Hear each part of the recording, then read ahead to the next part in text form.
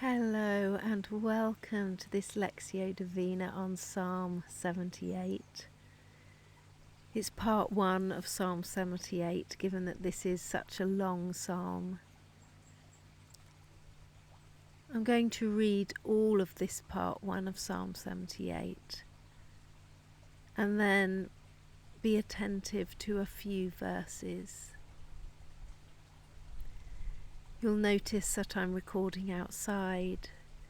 Please welcome the sounds of nature, the stream, the birds, the insects, maybe even an aeroplane going by, or a farmer going by in his tractor on the lane outside. Welcome all of this as part of this meditation. I invite you to arrive and settle,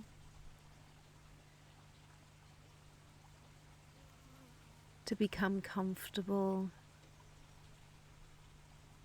and to gently begin to welcome stillness. Let your body, your heart, your mind begin to sink and settle and enter rest. It may help to take a few deeper breaths, to soften in any places where you feel tight or tense.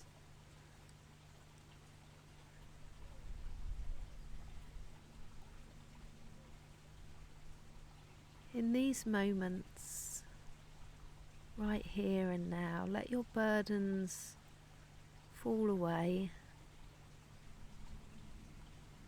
like water falling from your shoulders and entering the river of divine love, to be carried as prayers.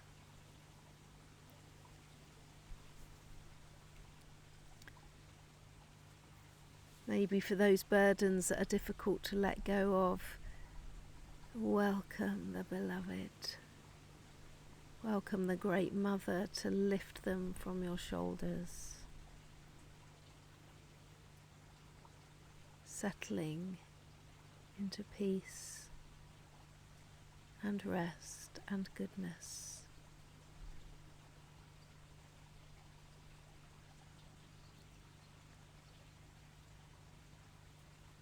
The first part of Psalm 78. Listen well, O peoples of the earth, to inner promptings of the Spirit. Let silence enter your house, that you may hear. For within your heart love speaks, not with words of deceit, but of spiritual truths to guide you upon the paths of peace. Do not hide this from your children.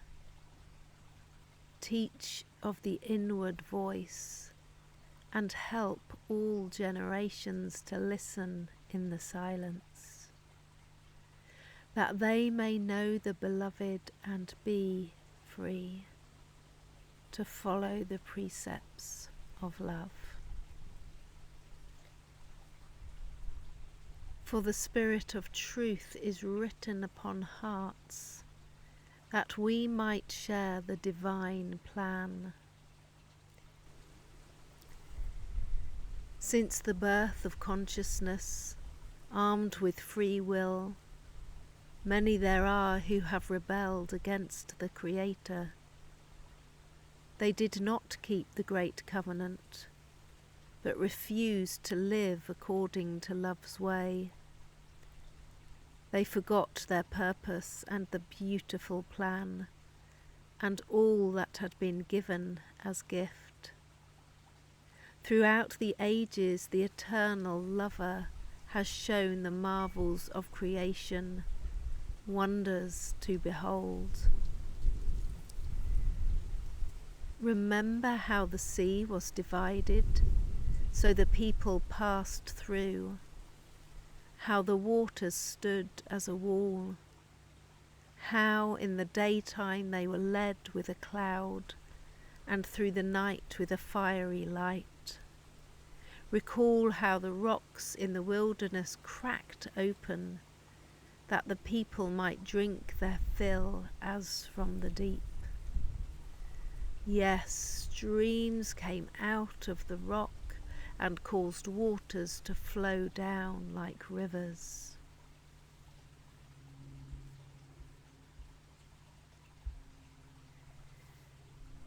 Yet did the people close their hearts, rebelling against the Most High, living in a wilderness. Over and over they tested love by demanding that their desires be met. Speaking against love, they cried, "Can the Mighty One not spread a feast for us?" The rocks opened so that water gushed out and streams overflowed. Can we not also expect bread and meat to be provided for us?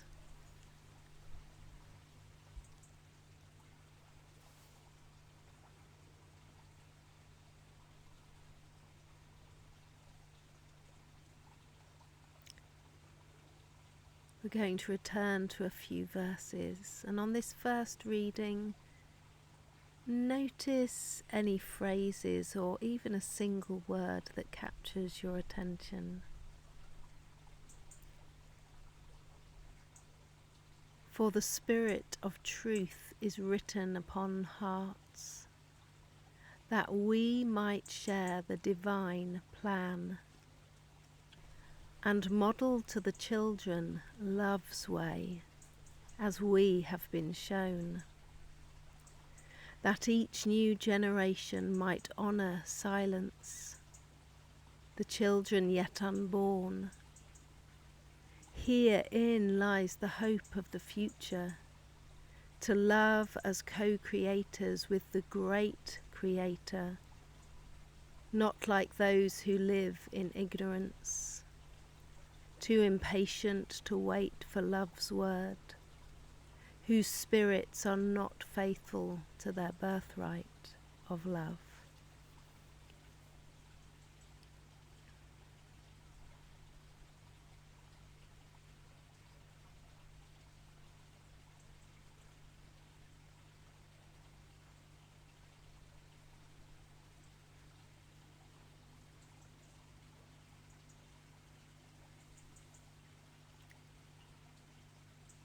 On this second reading, let that word or phrase continue to come to you, and notice how you're responding to it. How is it making you feel in your body, in your heart? Begin to be curious about what it might be offering you or inviting. Is a response needed? Is it simply coming to bring you something that you need at this time? For the Spirit of truth is written upon hearts, that we might share the divine plan, and model to the children love's way as we have been shown, that each new generation might honour silence, the children yet unborn. Herein lies the hope of the future, to love as co-creators with the great Creator, not like those who live in ignorance, too impatient to wait for love's word, whose spirits are not faithful to their birthright of love.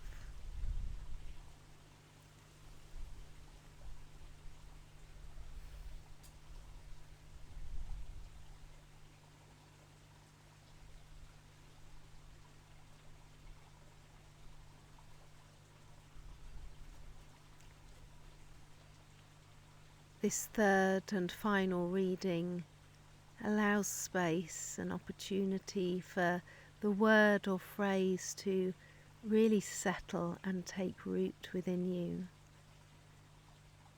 to begin to unfold within your being and bring the fullness of its gift.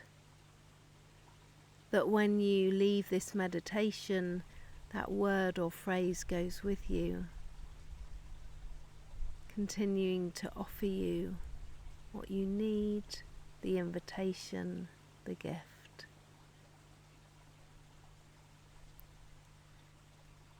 For the Spirit of truth is written upon hearts, that we might share the divine plan, and model to the children love's way, as we have been shown, that each new generation might honour silence, the children yet unborn. Herein lies the hope of the future, to love as co-creators with the great Creator,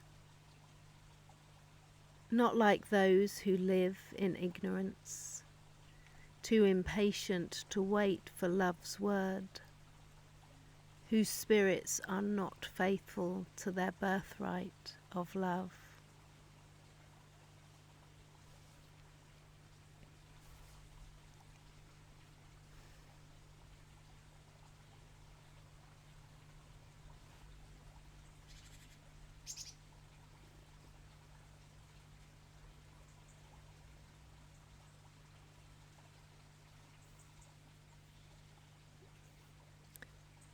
Go gently, my friends.